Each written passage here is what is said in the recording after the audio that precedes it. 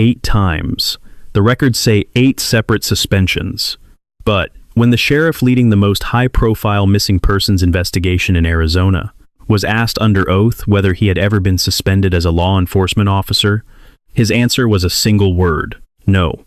That deposition took place in December 2025, 3 months before an 84-year-old woman vanished from her home in Tucson in the middle of the night, 3 months before her blood was found on the front porch. 3 months before, more than 13,000 tips came in and no arrest followed. The man who said no under oath is the same man who has been standing in front of cameras, telling the public he is closing in on the person who took Nancy Guthrie. If the records contradict him on something as basic as his own employment history, the question this video is going to answer is a hard one. What else might they contradict? Nancy Guthrie is 84 years old. She needs daily heart medication. She has been missing for 47 days. There is a $1.2 million reward for information leading to her recovery. Federal investigators have received more than 13,000 tips. They have doorbell camera footage of the suspected abductor standing on her porch in the early morning hours of February 1st. They have a physical description. They have DNA evidence being processed. And still, as of today, not one arrest has been made in the actual kidnapping case. This video is not a recap. It is not a timeline of what happened to Nancy. It is an attempt to answer the question that no press conference has answered directly. Why, when the evidence is this visible and the reward is this large, does the person who took her remain unidentified? And why, when a sitting sheriff appears to have lied under oath, does he remain in office and in charge of the investigation? Before we get into that, subscribe and turn on notifications, because this case is moving. The Pima County Board of Supervisors is meeting on March 24th, specifically to discuss what they are calling the sheriff's work history, misrepresentation, and apparent false testimony. That meeting is days away. You are going to want to know what happens. Stay with me, because this story is not what it looks like on the surface. It never was. She did not live like someone who expected to be watched. That is the first thing you need to understand about Nancy Guthrie. She was 84 years old, and she had built a life in Tucson that was quiet by design. She lived alone in the Catalina foothills, a neighborhood in the northern part of the city where the houses are spread out and the streets are calm. She had a Google Nest doorbell camera on her front door. She had a pacemaker that synced to an app on her phone. She was the kind of person whose neighbors would describe her as pleasant and private. She was also the mother of Savannah Guthrie, co-anchor of NBC's Today Show, which means that when she disappeared, the story did not stay local for long. But that detail, the famous daughter, is not why this case matters. What matters is the 41 minutes. We will get to those. What you need to understand first is the life Nancy Guthrie was living in the weeks before February 1st. Because the FBI, in the course of this investigation, has been asking residents near her home to review their security footage from 2 specific dates, January 11th and January 24th, 3 weeks before she disappeared. Investigators believe the person who took Nancy Guthrie may have been surveilling her neighborhood for at least 3 weeks before moving. 3 weeks of watching, learning when she left, learning when she came back, learning who checked on her and how often. She had a routine. Most people who live alone do. On Sunday mornings, she went to church. It was consistent enough that when she did not show up on the morning of February 1st, her family knew something was wrong. Not because she called and sounded frightened, not because she sent a message asking for help, but because she was not there. That is the thing about routines. They are invisible until they break. In the days before she disappeared, FBI agents have also spoken with employees at a local Mexican restaurant where Nancy had filmed a segment for the Today program. They were retracing her movements, trying to establish who might have seen her and when. What those conversations revealed has not been made public, but the fact that investigators are working backward through her final weeks tells you something. They are not just looking for the person on the doorbell camera. They are trying to understand how that person knew exactly when and where to find her. Nancy spent the evening of January 31st at her daughter Annie's home. She had dinner, she played games with the family. Sometime before 10 in the evening, her son-in-law drove her back to her own house and dropped her off. She walked inside. The door closed. That was the last time anyone saw her. She did not call anyone that night to say she was home safe. She did not have any reason to think she needed to. The next 4 hours and 28 minutes are the center of everything. At 1:47 in the morning on February 1st, the Google Nest doorbell camera at Nancy Guthrie's front door was disconnected. Not broken, disconnected. At 2:12 in the morning, the same camera recorded activity at her front porch. A figure, masked, gloved, carrying a black backpack, armed. At 2:28 in the morning, the app that monitored Nancy's pacemaker disconnected from her phone. From 1:47 to 2:28 is 41 minutes.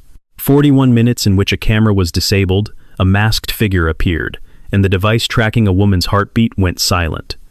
That sequence is not ambiguous.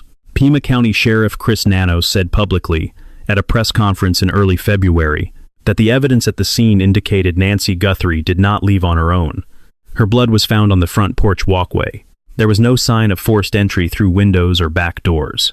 Whoever came to her house that night, she let in through the front or was taken out through it. Here is where the investigation starts to fracture.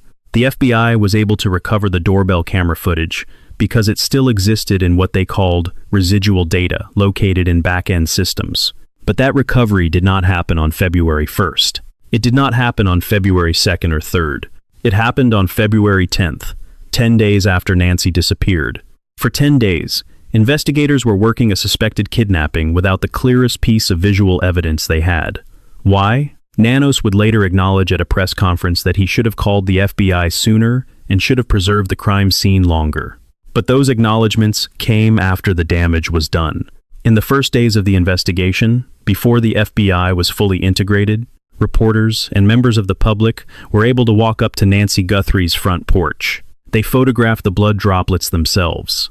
The scene had to be resecured so that investigators could go back and collect additional evidence. A crime scene, once contaminated, cannot be uncontaminated. On February 11th, 10 days into the investigation, law enforcement executed a search warrant at a home in Rio Rico, Arizona, 60 miles south of Tucson, near the Mexican border. A man named Carlos Palazuelos was detained during a traffic stop and brought in for questioning. He spoke to reporters outside his home after being released. He said agents told him he looked like the person in the doorbell video. He said he was a delivery driver. He said he might have delivered a package to her house, but that he had never kidnapped anyone. After searching his home and vehicle, investigators released him without charges. No further public statement was made about why he was identified or why he was cleared. On February 2nd, the day after Nancy was reported missing, the CBS affiliate in Tucson, KOLD, received a ransom note through its online tip portal. The note demanded money via Bitcoin and set a deadline of 5 in the afternoon on February 5th. The Pima County Sheriff's Department and the FBI said they were working to determine the note's legitimacy. That determination has never been made public. The note has been neither confirmed nor dismissed by law enforcement in the 47 days since it arrived. The FBI moved fast when Derek Colella sent fake ransom texts to Nancy Guthrie's family. Under 24 hours from the text to the arrest. That speed matters. Hold on to it. On February 4th, Colella, a 42-year-old man from Hawthorne, California, sent 2 text messages to Annie Guthrie and her husband Tommaso Cioni using a voice-over internet protocol application. The messages read, "Did you get the Bitcoin? We're waiting on our end for the transaction." 3 minutes later, a 9-second call was placed to a family member from the same number. Colella admitted after being read his rights that he had found the family's contact information on a website and had been watching the case on television. He said he was trying to see if the family would respond. He was arrested on February 5th. The Department of Justice confirmed the arrest came together in under 24 hours because of coordinated work between the FBI, local law enforcement, and the U.S. Attorney's Office. FBI Special Agent in charge Hythe Jonka called Colella a total imposter and said there was no evidence to connect him to Nancy Guthrie's actual disappearance.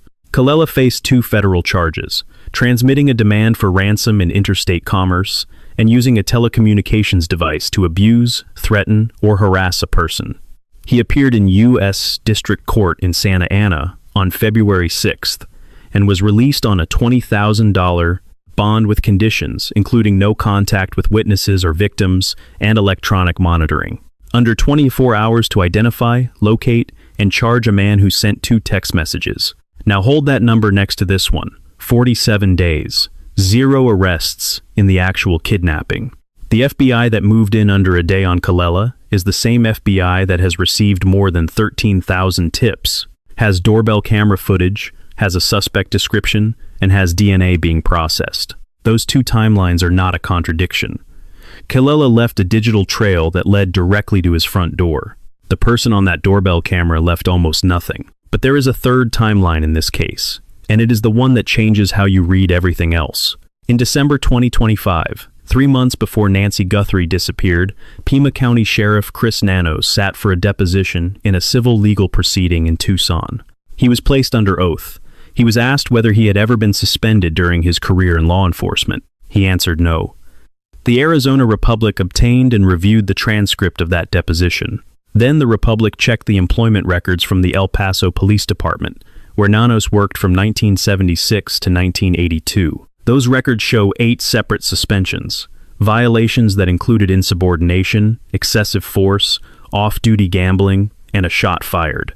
Nanos did not leave that job voluntarily in the ordinary sense. He resigned in 1982 rather than face termination following a long list of disciplinary issues. His department, when the discrepancies became public, acknowledged what they called clerical errors in his publicly posted resume. Their statement did not address the resignation. It did not address the deposition. It did not address the 8 suspensions. The man standing in front of cameras, telling the public he is running a credible investigation into the disappearance of a woman who needs her heart medication every single day, said no when asked under oath if he had ever been suspended. The records say 8 times. Subscribe to Unsolved America if you are not already, because the next part of this video is the part that explains why, despite all of that, he has not been arrested, and why that answer is more complicated and more troubling than a simple yes or no. 2 weeks into the investigation, the FBI came back to Nancy Guthrie's neighborhood, not for a press conference, not to release another image. They came back with questions. According to News Nation's senior national correspondent Brian Enton, who reported directly from the area, agents returned to speak with residents and asked about a specific thing: neighbors who had moved out of the area shortly before Nancy disappeared. They also asked residents about a house under construction down the street from Nancy's home, requested the names of every contractor and construction worker who had worked on that property. Former FBI agent Steve Moore analyzed this publicly and said it was not a sign of going backward. It was the opposite. When investigators start asking for the names of every person who had access to a neighborhood in the weeks before a crime, they are building a list. They are narrowing. The physical evidence still being processed tells the same story. A pair of black gloves was found during the search for Nancy. The gloves resembled those the suspected abductor was wearing in the doorbell camera footage. They were sent for DNA testing.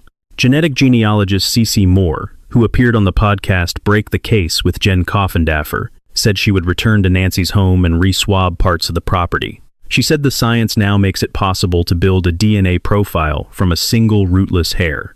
She said these cases can be solved with that level of trace evidence. The FBI also released a detailed physical description of the person on the doorbell camera based on forensic analysis of the footage. The suspected abductor is male. He stands between 5 feet 9 and 5 feet 10 inches tall, with an average build. He was wearing a black 25-liter Ozark Trail Hiker Pack backpack, a brand sold exclusively through Walmart as a private label product. The FBI released photos of the specific backpack for public reference. They were asking a simple question: does anyone recognize this? More than 13,000 tips came in. The FBI said they hoped the updated description would help concentrate actionable leads. The reward at that point had been doubled from $50,000 to $100,000 by the FBI. The family's separate reward stood at $1 million. The combined total offering for information leading to Nancy's recovery exceeded $1.2 million. And still, the person on that camera had no name. The FBI also confirmed they were investigating a possible internet outage in Nancy's neighborhood around the time she disappeared. According to reporting from Sunday Guardian, neighbors reported suspicious service interruptions. If confirmed, that detail would suggest a level of operational planning that goes beyond a random crime of opportunity. It would suggest someone who understood surveillance systems, who knew how to disable a camera at a specific address, and who may have also understood how to disrupt the broader network to reduce the chance of footage being captured nearby. The investigation by that point had multiple active threads: the DNA from the gloves, the construction worker names, the former neighbors who had moved out, the backpack, the footage from January 11th and January 24th. Former FBI agent Steve Moore said publicly that asking for contractor names was the detail that stood out to him. A person doing legitimate construction work in a neighborhood has a reason to be there repeatedly, to learn the rhythms of the street, to know which houses have cameras and which do not, to know who lives alone. The ransom note that arrived at a Tucson television station on February 2nd has never been explained. Not confirmed, not dismissed. The FBI said they were working to determine its legitimacy, and then the press conferences stopped. Sheriff Nanos held his last public briefing on February 5th. After that, he moved to selective one-on-one interviews with reporters he chose. The note sat in legal limbo, neither real nor fake in the public record, while the family it was addressed to tried to figure out how to respond to something law enforcement could not verify. That silence is not neutral. When investigators decline to speak publicly about a piece of evidence for more than 6 weeks, it usually means one of two things. Either they believe it is connected to the actual case and do not want to reveal what they know, or they have concluded it is not credible and do not want to say so for reasons of their own. The Guthrie family acknowledged the ransom note publicly. Savannah Guthrie said on camera that the family had heard the reports. Her brother Cameron released a second video on February 5th, after a deadline in the note passed, asking whoever sent it to reach out directly. "We want to hear from you," he said. That is what a family does when they are not sure whether what they are holding is a lifeline or a trap. Meanwhile, the person actually leading the investigation was attending a University of Arizona basketball game. That detail was reported by Fox News and others. It was not illegal. Nanos was not required to be at his desk every hour, but the optics of a sheriff watching a college basketball game while the adult children of a missing 84-year-old woman were filming video pleas to a potential kidnapper landed badly. And it landed badly because it fit a pattern that had already started forming. The pattern was this. Nanos repeatedly appeared to be managing his own image inside a crisis, rather than managing the crisis itself. He held 3 press conferences in the first week, personally fielding every question, telling reporters he was not used to people hanging on his words, and then trying to hold him accountable. He stopped holding press conferences entirely after February 5th. He delayed integrating the FBI. He delayed sending evidence to Quantico for analysis. Deputies within his own department, according to reporting by News Nation, told a congressional candidate they wanted to launch a recall effort themselves, but were afraid of repercussions from Nanos directly. That last detail is the one that matters most for understanding what happened to this investigation. Because an investigation is only as functional as the information flowing through it. If the people working a case are afraid to escalate problems upward, those problems do not get fixed. They accumulate. Former NYPD investigator Michael Gould put it plainly in an interview with the New York Post. He said Nanos made the case about himself. He said the community never got a straight answer on whether there was a pattern of danger in the neighborhood, whether Nancy was targeted specifically, whether the person who took her was still in the area. Nanos told NBC News he believed the kidnapping was targeted, but then added that investigators were not 100% sure and warned the suspect could absolutely strike again. That statement, delivered in a single interview without any public follow-up, left an entire city without information it needed to make decisions about its own safety. Pima County Supervisor Matt Hines said publicly this month that he had lost confidence in Nanos' ability to lead the department as far back as 2024, citing a separate incident in which Nanos allegedly used the resources and personnel of his office to intimidate a political opponent during a general election. Hines said that when he learned about the deposition and the employment records, he was surprised not by the misrepresentation itself, but by the fact that it did not immediately result in a resignation. He said it was disqualifying. He said the county could be forced to reopen every bad case Nanos had ever contributed to during his entire career in Pima County. And that is where we arrive at the question this video promised to answer. Understanding why the sheriff has not been arrested requires understanding something about how law enforcement accountability actually works, because it is not the system most people assume it is. The deposition in which Nanos said he had never been suspended took place in a civil legal proceeding. Not a criminal trial, not a grand jury, a civil deposition. Perjury in a civil deposition is prosecutable, but it requires a separate decision by a prosecutor, either at the state level through the Arizona Attorney General or at the federal level through the Department of Justice, to bring charges. That decision does not happen automatically. It does not happen because the public is angry. It does not happen because a newspaper publishes a transcript. It happens when a prosecutor reviews the evidence, evaluates the standard for proving willful false testimony, and decides that a case can be made and is worth making. None of that has happened publicly as of the date of this video. The Pima County Board of Supervisors is meeting on March 24th. The agenda item, confirmed by Newsweek, is the sheriff's work history, misrepresentation, and what the board is calling apparent false testimony. Supervisor Hines outlined a narrow legal pathway that exists under an old territorial-era Arizona law. The board can compel any county officer to make a report under oath. If the officer refuses to comply, the board can vote to vacate the seat after 10 days of non-compliance. Hines described the law as largely untested, with very limited case law to reference. That is the official pathway. Slow, procedural, uncertain. Now, here is what makes it matter beyond the politics of one county sheriff. Chris Nanos was the person responsible for the first hours, the first days, and the first decisions in the investigation into Nancy Guthrie's disappearance. Those are the hours that most often determine whether a case gets solved. The crime scene was released too early. The FBI integration was delayed. The Quantico evidence transfer was delayed. Every one of those decisions was made while Nanos was in charge. Every one of those decisions has been acknowledged as a mistake, either by Nanos himself or by qualified investigators reviewing the case publicly. And the man who made those decisions, it now turns out, had a documented history of insubordination and a willingness to misrepresent that history when placed under oath. Retired FBI agent Jennifer Coffindaffer said it directly. There is no way for Nanos to recover from this, regardless of how the Guthrie case ends. She compared his situation to that of a police chief in Idaho, who oversaw the early mishandling of a high-profile murder investigation, acknowledged missteps, and then lost a subsequent election for sheriff by a wide margin. The public trust, once broken in a case this visible, does not come back. But here is the part that Coffindaffer also said, and it is the part that actually matters for Nancy Guthrie. Removing Nanos does not stop the investigation. Former FBI Special Agent Maureen O'Connell said the same thing this week. The FBI is the operational engine of this case now. Nanos is not holding it together.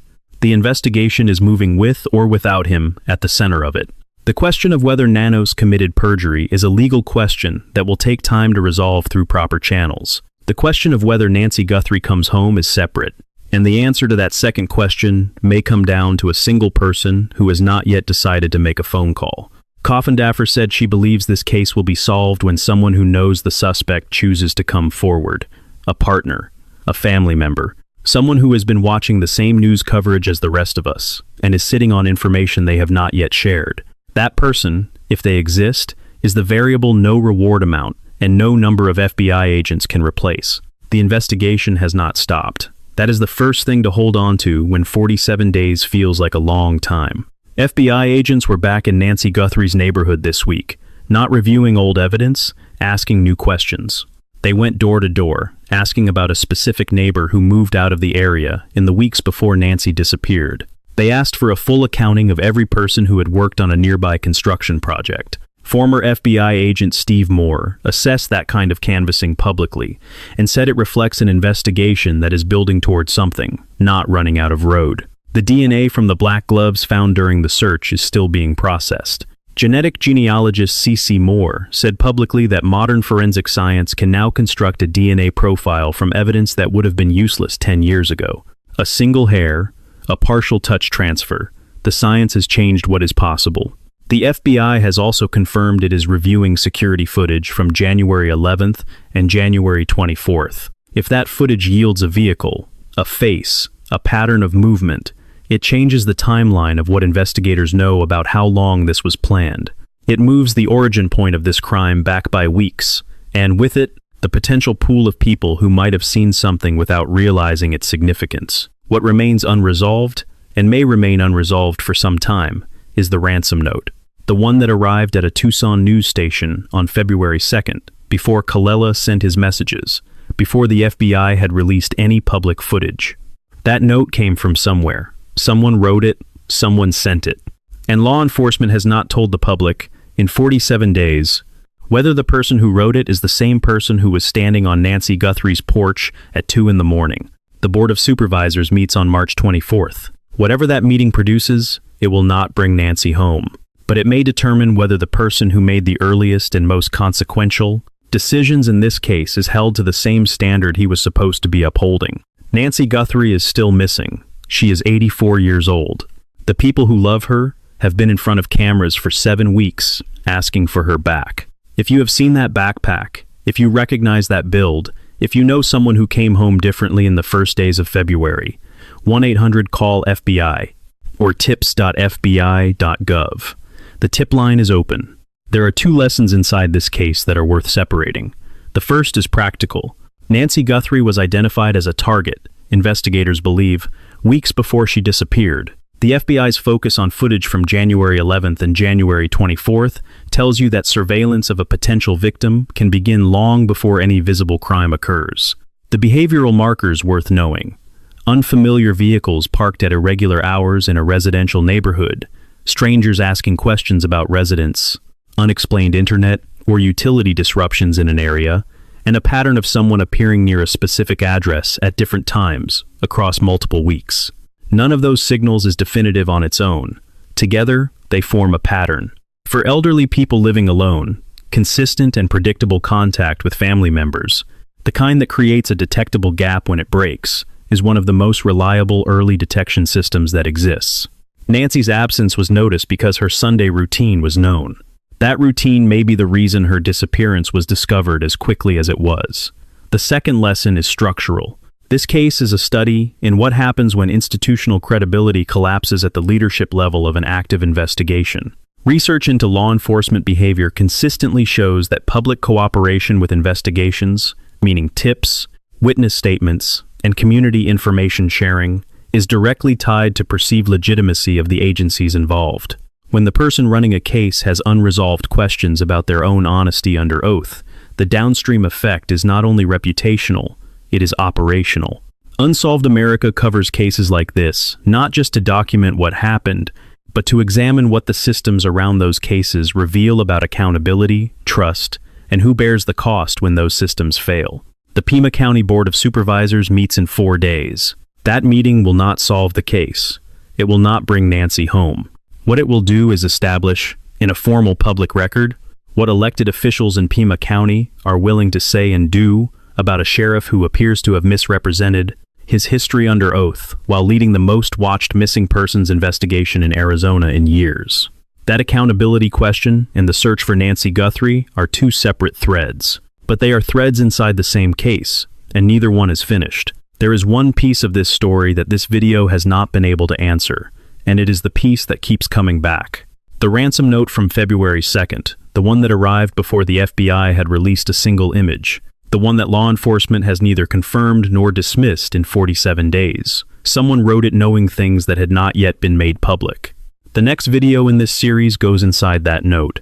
Subscribe to Unsolved America and turn on notifications. Nancy Guthrie is still out there. This story is not over.